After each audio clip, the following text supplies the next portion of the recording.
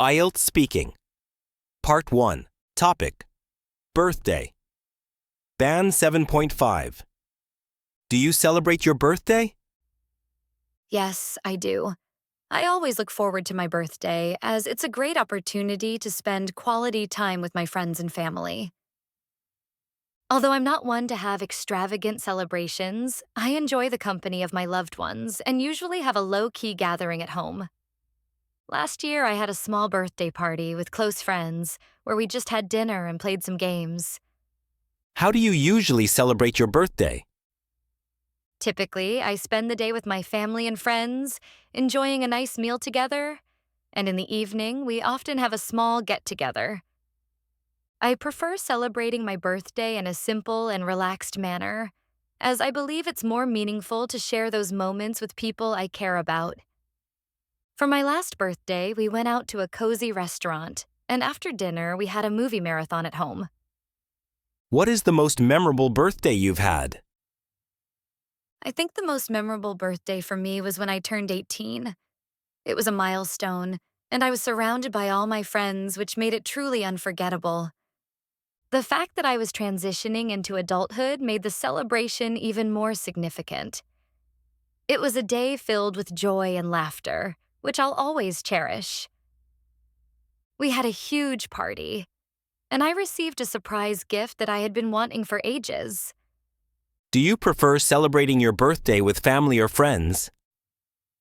It depends on the year, but I'd say I enjoy spending my birthday with my family more. There's something special about sharing such moments with them. While I enjoy spending time with friends, family gatherings tend to be more intimate and heartwarming. I feel more connected with them on my special day. When I was younger, my family would always throw me a birthday party, and those memories are very dear to me. Do you like receiving birthday presents? Yes, I do. While I don't expect anything extravagant, I appreciate thoughtful gifts that show the person knows me well.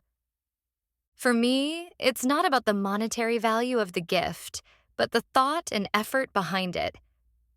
I'm always touched when someone puts time into choosing something meaningful. Last year, my best friend gave me a book I had been talking about for months, and that was the most thoughtful gift I've received in a long time.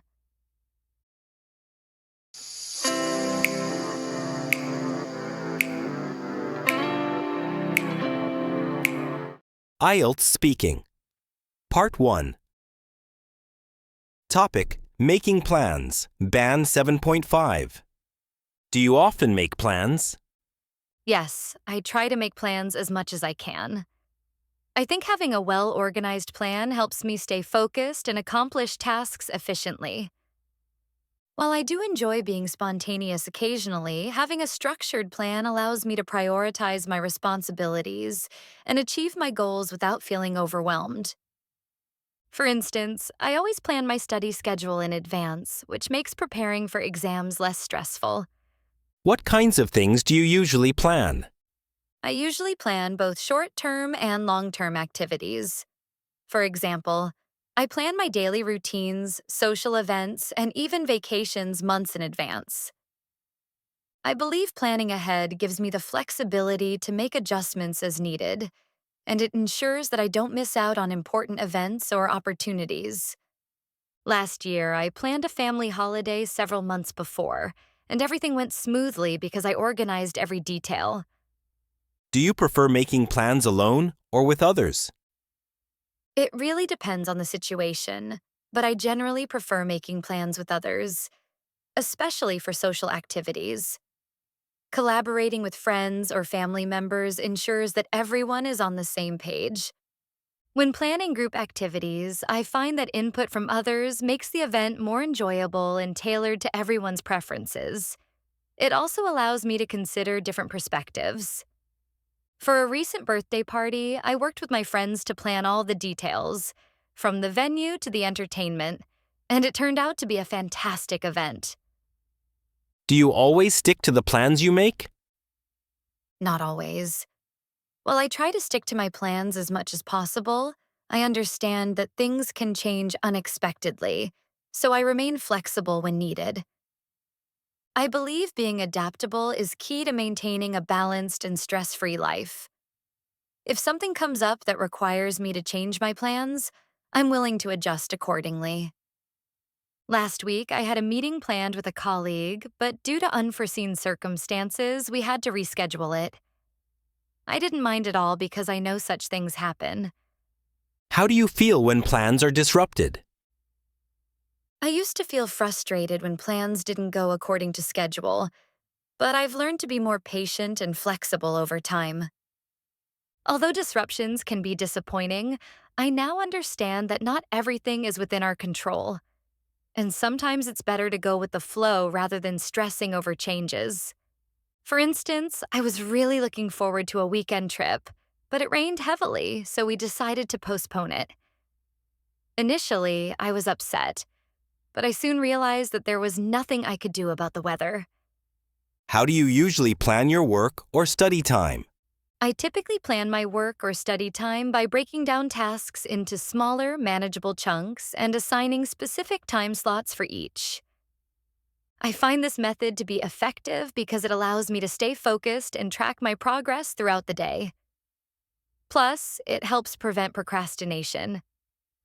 For instance, when I'm preparing for an exam, I divide my study materials into sections and allocate time for each section, ensuring that I cover everything without cramming.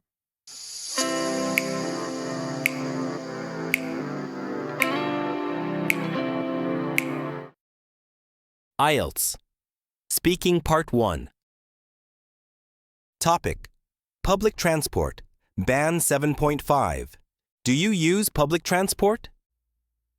Yes, I frequently use public transport, especially for commuting to work and traveling around the city.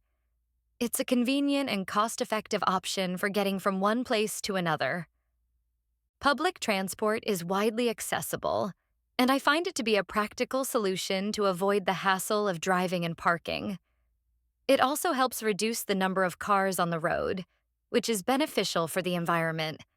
For example, I usually take the subway to my office because it's fast, and I don't have to worry about traffic. What is your favorite type of public transport? My favorite type of public transport is the bus because it's both affordable and flexible. I can get off at various stops along the way, which gives me more freedom to explore different parts of the city. I prefer buses over other forms of public transport because they have a wide coverage and are often less crowded compared to trains or subways, especially during peak hours.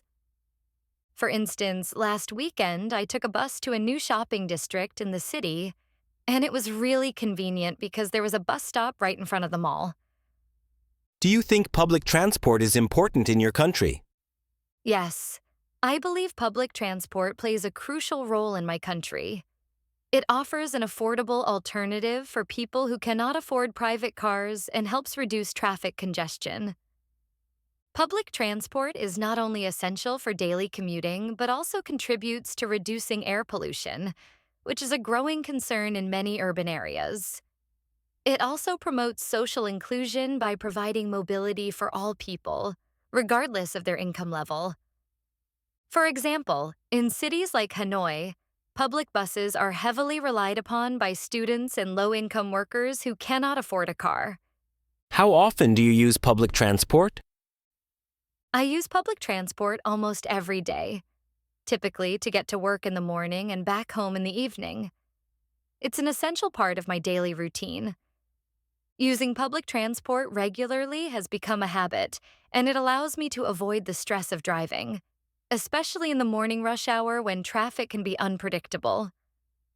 For example, I take the subway to work every day, which takes me about 30 minutes, and I can read a book or catch up on emails during the journey. Is public transport expensive in your country? In general, public transport in my country is quite affordable. The prices vary depending on the type of transport, but it's generally cheaper than owning a car. Although the cost of public transport has increased slightly over the years, it is still considered a budget-friendly option for many people, especially when compared to the costs associated with driving, such as fuel and maintenance. For instance, a monthly metro pass in my city is much more economical than paying for gas and parking every day. What are the advantages of using public transport? There are numerous advantages to using public transport. Firstly, it's more environmentally friendly as it reduces the carbon footprint compared to private cars. Secondly, it's often more affordable and helps alleviate traffic congestion. Public transport also provides an opportunity for people to be productive, as they don't need to focus on driving.